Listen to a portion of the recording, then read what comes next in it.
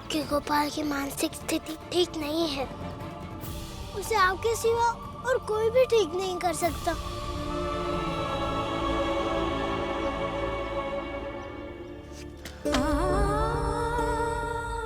मेरा बेटा कहाँ है? मेरा बेटा गोपाल, मेरा बच्चा।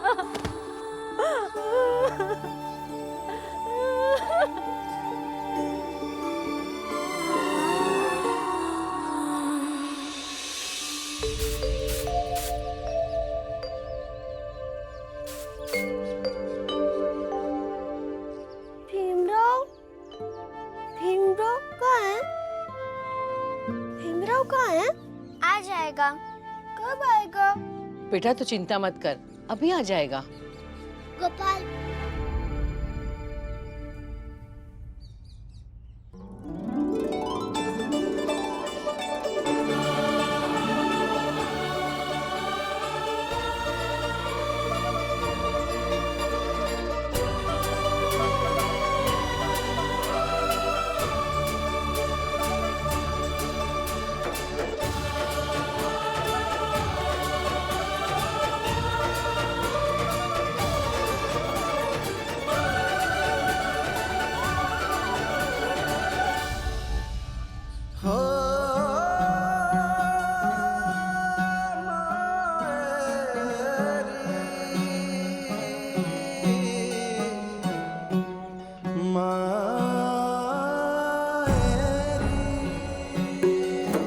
मेरे सर की बलाएं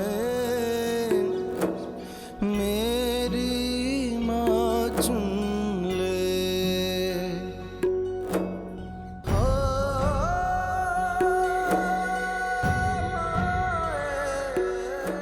आप कौन है?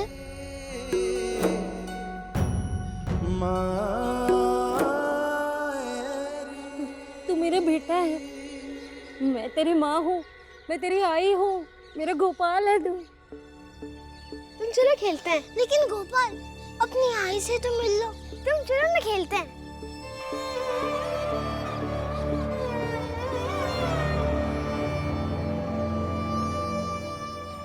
ये यहाँ कैसे आ गया?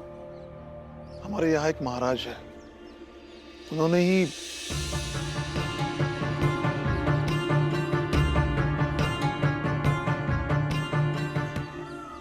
गोपाल, तुम बैठो, मैं अभी आता हूँ।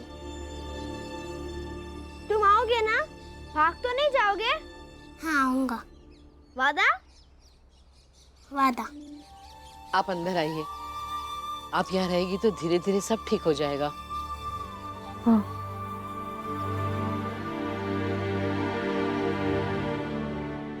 रुक जाइए।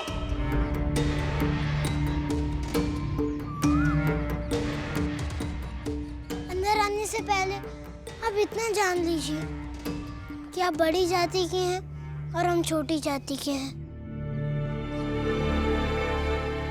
आप सब ने मुझे मेरा बेटा लौटाया है, इससे ज्यादा मेरी नजर में और कोई बड़ा क्या हो सकता है?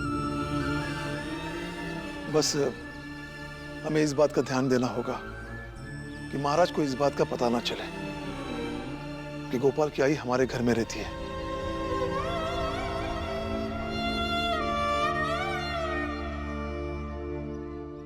अब चिंता मत कीजिए बाबा, उन्हें कुछ पता नहीं चलेगा। चल। तू कहाँ जा रहा है? कुछ गलत नहीं करूंगा बाबा, विश्वास रखिए। चल।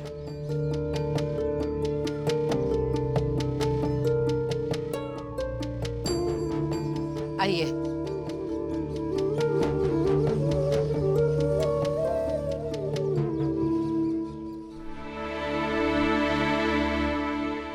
महाराज, महाराज, क्या हुआ? महाराज, वो भीमराव अपने साथ एक औरत को लेकर आया है। औरत? कौन हो सकती है? पता नहीं महाराज। कहीं गोपाल का कोई रिश्तेदार तो नहीं मिल गया? आनंद, आनंद, तुझे ढूंढ रही है मौसी। हाँ बाला भैया।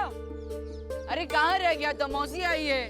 अरे बाला भैया, मैं दूध खरीदने गया था लेकिन मिला ही नहीं। वो मौसी आई है ना, तो सोचा कि खीर खाएंगे आज। कोई बात नहीं, मौसी तेरा इंतजार कर रही है, खीर की जगह कुछ और खा लेंगे। चल। ठीक है।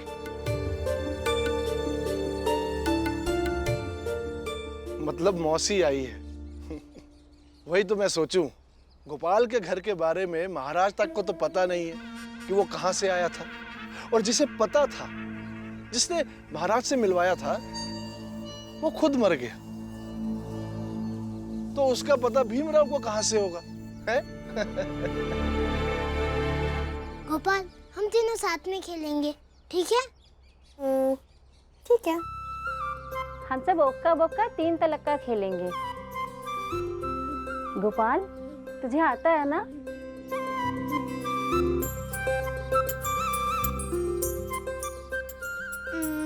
नहीं। आओ मैं बताती हूँ। ऐसे, ये वाला हाथ ऐसे रखो। ओक्का बोक्का 3 तलक्का। महाराज, अब जब गोपाल की आई मिल गई है तो गोपाल ठीक भी हो जाएगा, और फिर आपके आडंबर का सारा काला चिट्ठा सबके सामने आ जाएगा। उसके बाद सातारा से आपको हमेशा हमेशा के लिए जाना पड़ेगा।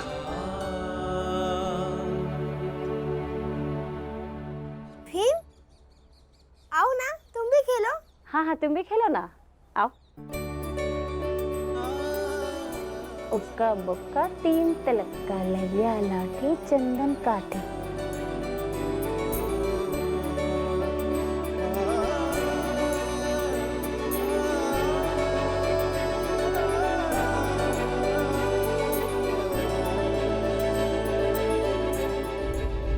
बाबा, हमने महाराज और बाकी सबको ऐसा सुनाया है कि ये जो काकी है वो हमारी मौसी है।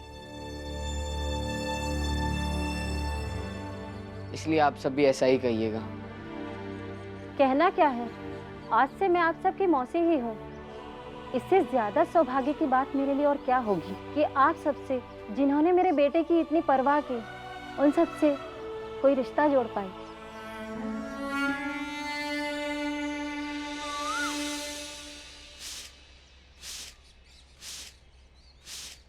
अरे आप क्यों कर रही है? रहने दीजिए, रहने दीजिए। तुलसा या मंजुला कर लेंगे।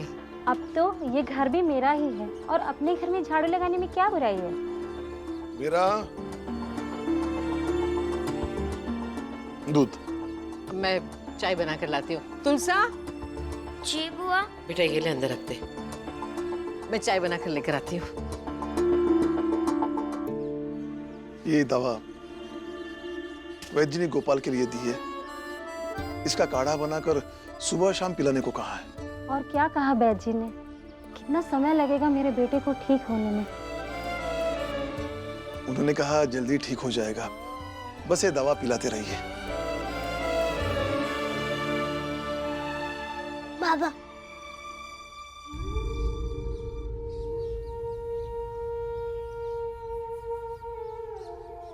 गोपाल शायद ही कभी ठीक हो पाए।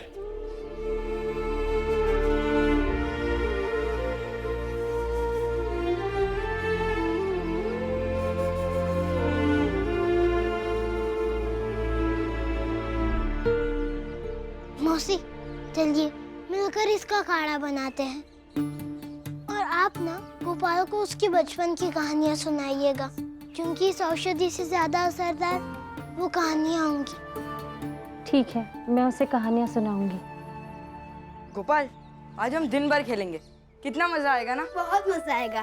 नहीं आनंद भैया, गोपाल के साथ बाला भैया, मंजुला दीदी और तुलसा दीदी खेलेंगे। आज से हमारी विद्यालय शुरू हो रही है, इसलिए हम लोग विद्यालय जाएंगे। छुट्टियां खत्म हो गई क्या? हाँ, खत्म हो गई। विद्यालय खुल गए तो क्या हुआ? पढ़ाई थोड़ी ना होगी। मतलब समझ भी नहीं आया कुछ। मतलब अब हम गोष्ठी करेंगे। गोष्ठी? इस गांव के मुख्य विद्यालय से उस भीमराव को और उसके भाई को निकाला जा चुका है, इसलिए यहाँ से सबसे पास वाले विद्यालय में वो दोनों भाई पढ़ने जाते हैं। लेकिन उनका कहीं भी पढ़ना हमारे लिए हानिकारक है। आसपास के सारे विद्यालयों, उनके शिक्षकों को, उनके अभिभावकों को, विद्यार्थियों को निमंत्रण भेजो कि सब के सब यहां आए और इस गोष्ठी में भाग ले। आने वाले 30 दिनों में हम शिक्षकों के जीवन में, शिक्षा के अस्तित्व में धर्म का स्थान क्या है, इस पर बात करेंगे। हाँ, और बीच बीच में प्रभु का कीर्तन भी होगा। क्या है, उत्तम योजना है। भीमराव विद्यालय तो जाएगा, लेकिन उसे शिक्षा के बजाय खाली विद्यालय मिलेगा, क्योंकि उसे पढ़ाने वाले सारे शिक्षक हमारे गोष्ठी में होंगे। तो महाराज हम सबको सूचित कर देते हैं और बाकियों से भी कहते हैं कि गोष्ठी में उपस्थित रहें। अवश्य। और इस कार्यक्रम की सफलता से ज्यादा वो सफलता होगी कि हम भीमराव की पढ़ाई में बाधक बन पाए। जी महाराज।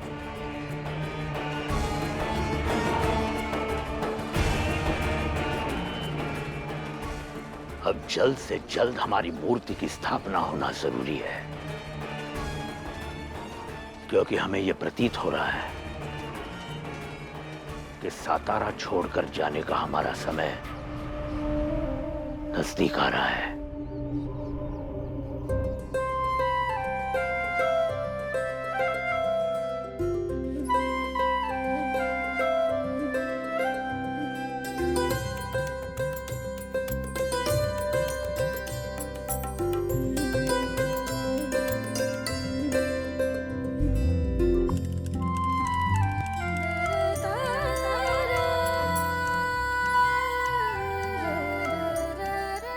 ये क्या है?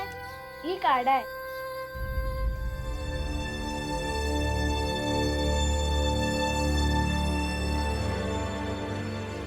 मुझे नहीं पीना।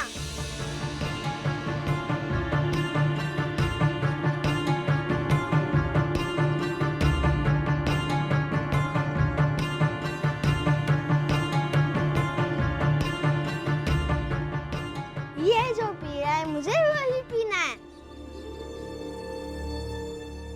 ठीक है, मैं अभी मंगवा देती हूँ। मंजुला जा दूध लेकर आ। नहीं, मुझे ये वाला दूध पीना है। अरे गोपाल, भीम दूध पी रहा है और मंजुला भी तुझे दूध ही लाकर दे रही है, तो पी ले। नहीं, मुझे यही पीना है। मुझे यही पीना है। मुझे यही पीना है। मुझे यही पीना है। ठीक है गोपाल, लो पी लो।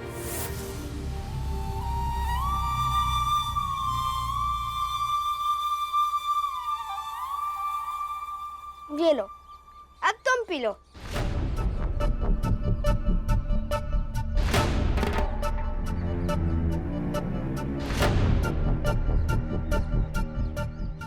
एक घुट तुम पियो और एक घुट मैं पीऊंगा।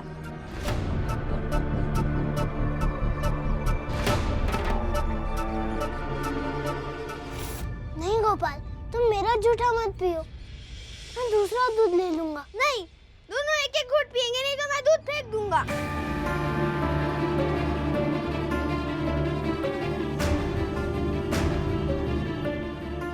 पियो पियो पियो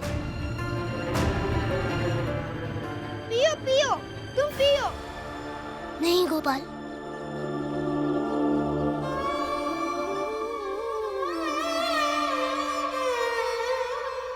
मैं समझ रही हूँ कि तुम्हें किस बात का संकोच हो रहा है। अब जो तुम हो वही मेरा बेटा गोपाल भी है और मैं भी वही हूँ।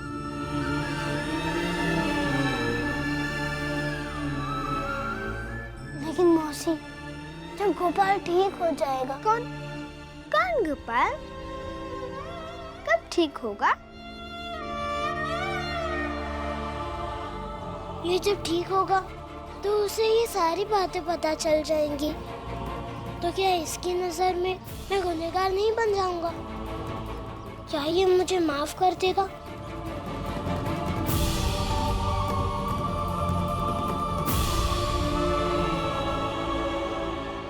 इकाई की बातों पर विश्वास है तो यकीन करो, गोपाल की नजर में वो लोग गुनहगार होंगे जिनकी वजह से इसकी ये हालत हुई है।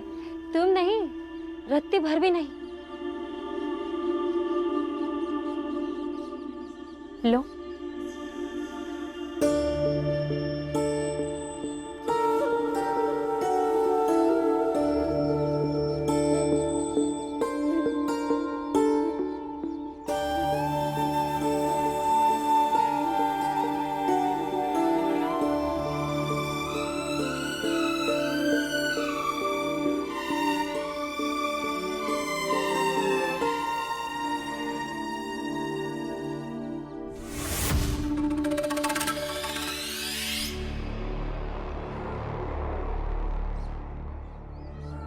ईश्वर की एक कैसी लीला है, ये गोपाल ऊंची जात का होकर भी उसे इन लोगों के साथ रहना पड़ रहा है और उसे इस भीमराव का जूठा पीना पड़ रहा है। अनर्थ है ये, अनर्थ।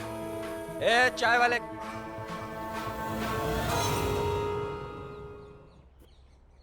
ये ईश्वर की लीला नहीं बल्कि तुम सबका फैलाया हुआ रायता है। परसों से समेटने की कोशिश कर रहे हैं पर आज तक समेट नहीं पाए। क्यों? क्योंकि जब भी हम लोग समेटने की कगार पर होते हैं ना, तुम सबका कोई ना कोई नया नाटक फिर से शुरू हो जाता है। पर चिंता मत करो, तुम्हारे ईश्वर की लीला तो तब शुरू होगी जब तुम सबसे तुम्हारे पापों का हिसाब मांगा जाएगा और बहुत जल्द तुम्हारा ईश्वर तुम सबके पापों का हिसाब करेगा। अब तू हमें ज्ञान देगा और कान खोलकर सुन ले, हमारे ईश्वर के पास इतना समय नहीं है कि तुम लोगों पे बर्बाद करे। ज्ञान नहीं दे रहा, बस सच्चाई बता रहा हूं। तू अपनी हैसियत पे रहा, वरना दूसरा टांग भी ना तोड़ देंगे।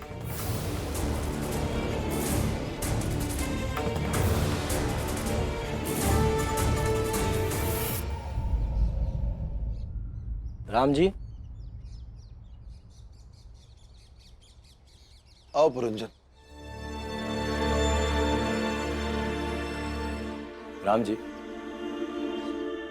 गोपाल की आई है। ये सब देखकर एक बात तो माननी पड़ेगी राम जी कि जीवन कई सालों तक निरंतर चलने वाला एक नाटक जैसा है जिसमें कई किरदार आते और जाते हैं। तुमने सही कहा पुरंजन, हर किरदार को अपनी मर्यादा और आवश्यकता का पता होना चाहिए, तो ही जीवन सफल होता है।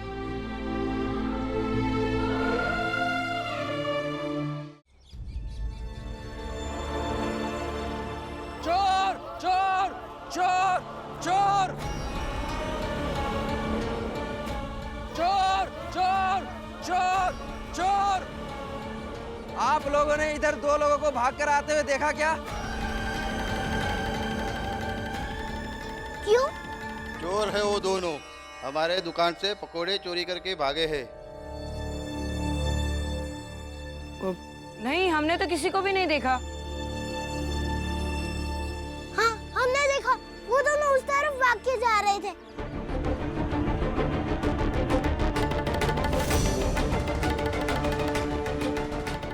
आप दोनों बाहर आ जाइए, वो लोग चले गए।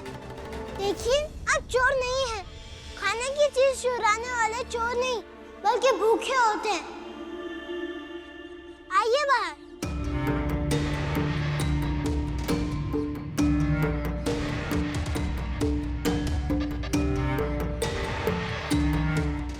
सुनिए, आप दोनों कौन हैं? कहां से आए हैं? और ऐसी क्या मजबूरी थी कि आपको खाना चुराना पड़ा? अगर आपको कोई दिक्कत ना हो तो आप अपना परिचय भी दे सकते हैं। और याद रखिएगा कि चोरी ना करनी पड़े, चाहे हालत जैसे भी हो।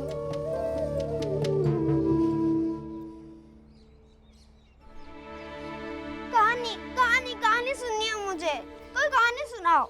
आ चल, मैं तुझे एक आई और बेटे की कहानी सुनाती हूँ।